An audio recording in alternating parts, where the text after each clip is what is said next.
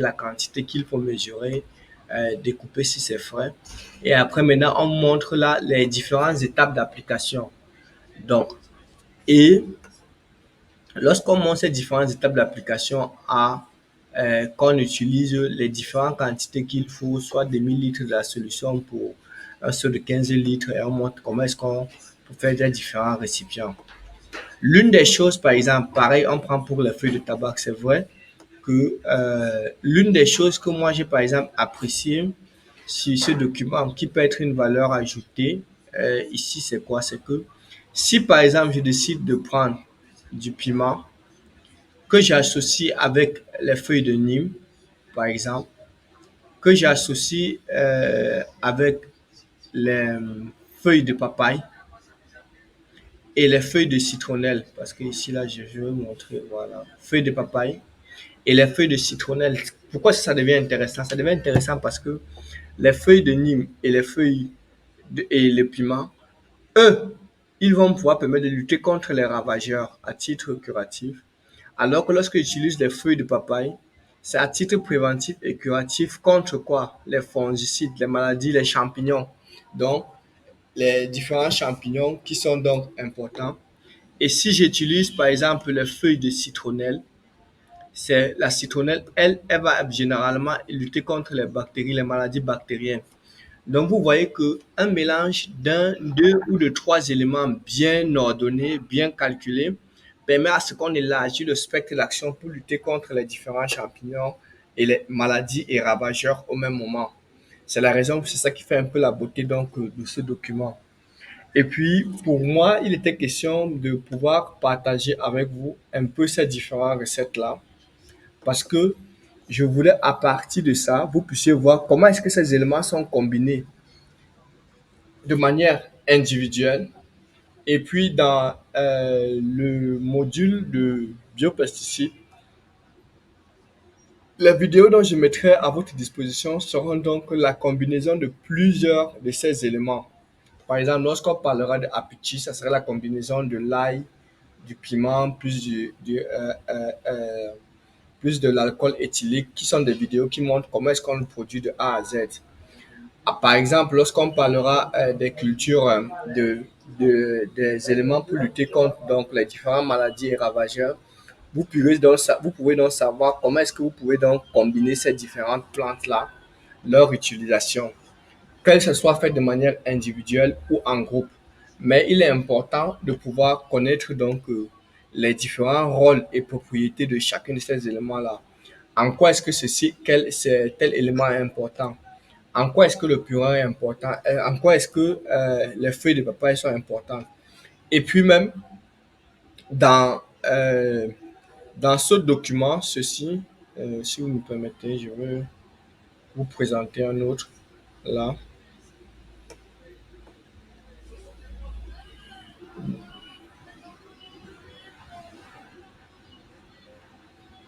Dans ce document, par exemple, dans ceci, on est quand même allé loin où on vous a montré, par exemple, les feuilles de Sékou Touré. Quelles sont les différentes propriétés dont ça donne? On est encore allé avec les feuilles de Kenkeliba. Quelles sont les propriétés? Comment est-ce qu'on peut l'utiliser? Et puisque ça, je vous enverrai aussi. Et d'autres plantes aussi, l'aloe vera, qu'on allait un peu, qui sont les choses qui sont facilement disponibles dans dans vos différentes localités, ou bien les mauvaises herbes comme le bidens. Comment est-ce qu'on peut utiliser donc les graines et autres là pour pouvoir lutter contre les différents ravageurs et maladies. Et l'autre chose aussi, dans ce même document, on vous a présenté chacun des différents ravageurs et maladies, que ce soit les maladies causées par les champignons, tels que l'oïdium, la rouille. On vous a présenté cela. On vous a présenté les midjous, comment est-ce que ça se manifeste. On vous a présenté les acariens, comment est-ce qu'ils se développent, les acariens qui se développent beaucoup plus dans les zones euh, sèches comme le Sénégal, la Mauritanie, le Mali, le Niger, le Tchad, beaucoup plus. En Côte d'Ivoire, moins, sauf si on est au Guinée. Au Cameroun, moins, sauf si on est au Nord Cameroun, comme à Marois, Garoua, qui sont les différents trucs. Et là-bas aussi, on vous a présenté quels sont donc les insectes, les pucerons, les mouches blanches qui permet donc de pouvoir lutter contre ces différentes maladies et ravageurs. Et l'objectif ici, c'est que on veut vous faire comprendre et prendre possession donc des différentes maladies et ravageurs sur les cultures. Pourquoi est-ce que c'est important? C'est important de pouvoir connaître ces différentes propriétés-là pour que lorsque vous êtes en train d'utiliser les plantes comme fongicides, insecticides, vous savez quelle plante est-ce que vous pouvez combiner. Et puis c'est à vous maintenant de pouvoir savoir comment est-ce que je peux jouer avec tel ou tel autre élément. Parce que ces éléments-là sont disponibles dans la nature et vous pouvez donc l'utiliser pour vos différentes cultures. Et aussi, le but pour moi aujourd'hui, c'était à ce que vous puissiez bien vous familiariser. Parce que rappelez-vous de ceci que j'avais fait depuis le premier jour pour que vous puissiez constituer la pièce de puzzle. Un, j'ai parlé des méthodes de prévention. J'ai parlé des méthodes de fertilisation, traitement, création de l'environnement. Or, le premier jour, on a vu la prévention au niveau donc des micro-organismes. Le deuxième jour, on a vu la fertilisation avec les différentes bokashi. Mais on va encore dans les semaines à venir insister sur cela. Et aujourd'hui, on est en train de voir les traitements biologiques à base des différentes plantes. Donc, ce qui fait à ce que ici, là, il est donc question pour nous de pouvoir vous montrer comment est-ce qu'on peut donc utiliser les différentes plantes pour les biopesticides. Mais ces biopesticides et biopesticides ne seront importants que si vous avez fait une bonne prévention et si vous avez fait une bonne fertilisation. Donc, voilà ce que je voulais présenter aujourd'hui. S'il y a des questions, des zones d'ombre, vous les posez et je vais donc répondre à vos différentes questions ou préoccupations. Mais comme je l'ai dit, je vais vous envoyer le document, les deux. Bon, vous avez déjà le premier, mais je vais renvoyer le deuxième. Et puis là, vous allez voir individuellement comment est-ce qu'on va le faire. Parce que la semaine prochaine, je compte approfondir ceci, mais approfondir les traitements biologiques. Mais pour approfondir les traitements biologiques, il faudrait que vous compreniez d'abord quel est le rôle de chacune des différentes plantes prises de manière isolée et puis, comment est-ce que lorsqu'on peut pouvoir combiner une, deux, trois différents éléments, ça permet de faire le traitement et la prévention, parfois même de faire le traitement, la fertilisation et la prévention.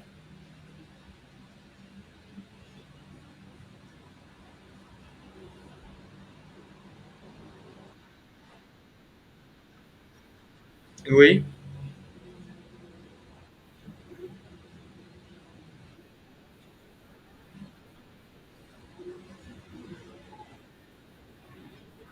oui, ouais.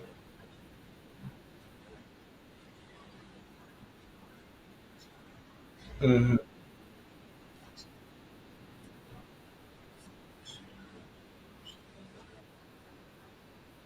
Oui,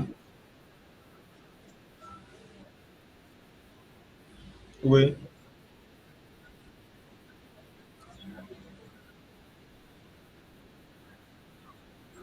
oui, oui, ça, je peux. Mhm.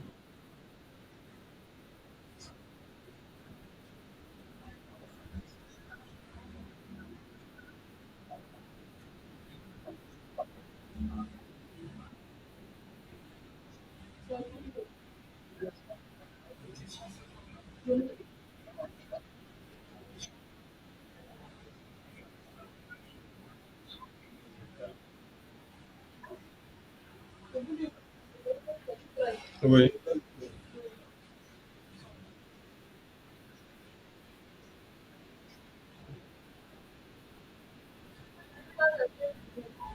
Mhm.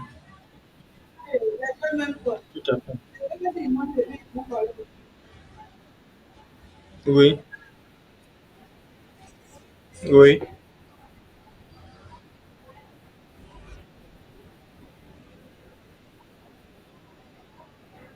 Mhm. Tout à fait, tout à fait. Oui. Oui, effectivement, c'est la raison pour laquelle vous voyez, par exemple, le PowerPoint tel qu'on a mis là, c'est pour faciliter cela. Donc, c'est pour cela que dans le PowerPoint, qui est un résumé des éléments qu'on a eu à prendre, et puis c'est pour cela que j'ai commencé par le PowerPoint. Et maintenant, euh, pour le contenu des différents tableaux, allez de manière spécifique. Vous aurez donc les deux, les deux. Le premier, vous avez déjà, mais je vais encore envoyer. Et puis, le deuxième, vous l'aurez. Et puis, ça permettra ce que vous puissiez comprendre, comme on a dit, ce qui est important pour moi de comprendre, ce qu'on est en train de faire, qu'on a la même mise sur si je fais ceci, quel est l'objectif, pourquoi est-ce que je suis en train de le faire, lorsque je vais faire telle production, pourquoi est-ce que je fais tous ces différents, j'utilise tous ces différents éléments.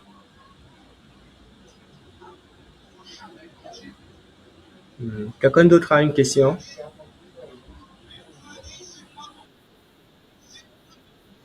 Oui,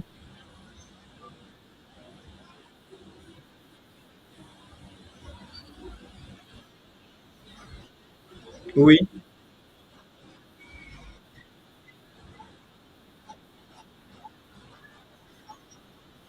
Les graines, oui. Il y a la possibilité d'utiliser les feuilles et les graines.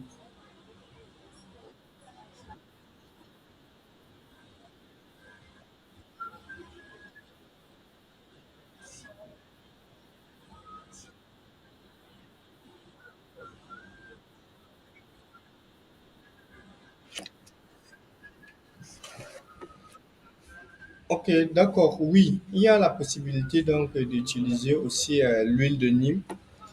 Et généralement, lorsqu'on veut utiliser aussi l'huile de Nîmes, la proportion qui est recommandée, l'une des choses, c'est que on sait que comme l'huile d'abord avec l'eau, il n'y a pas adhérence, donc il faudrait un liant. Et on peut utiliser comme liant par rapport à ça, donc la soude ou bien le liquide issu de la cendre. Quand je parle de la soude, comme tu dis que tu es au Cameroun, tu vois, c'est quand les gens on utilise le vinaigre. Ah, on fait le vinaigre là à partir de. Les mamans font le vinaigre pour faire la sauce jaune. On peut utiliser ça comme liant. Voilà. Ou bien on peut utiliser, donc, on peut tamiser la cendre et puis on filtre pour obtenir l'eau qui va permettre à ce que l'huile de Nîmes puisse adhérer avec l'huile. Et généralement, on utilise 25 millilitres pour un pulvérisateur de 15 litres conduit avec de l'eau.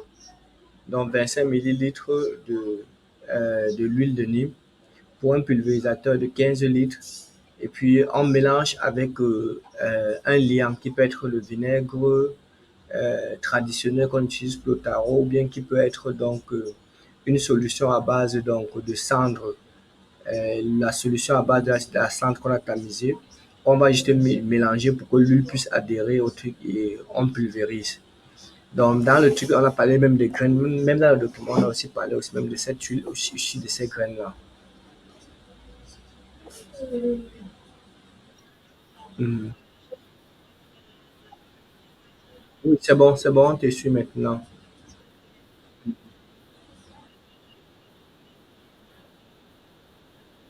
Mhm. Oui,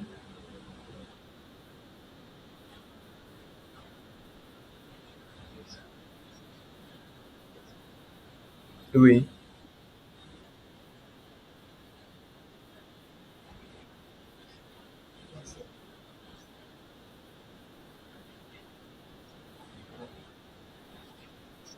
Mhm.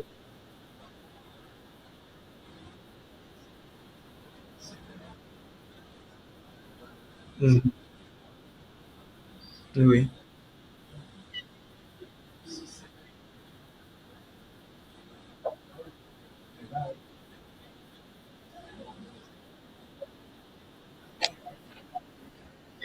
Oui, effectivement.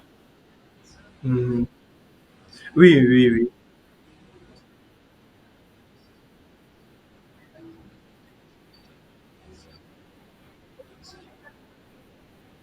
Mhm. Ah, d'accord. Oui.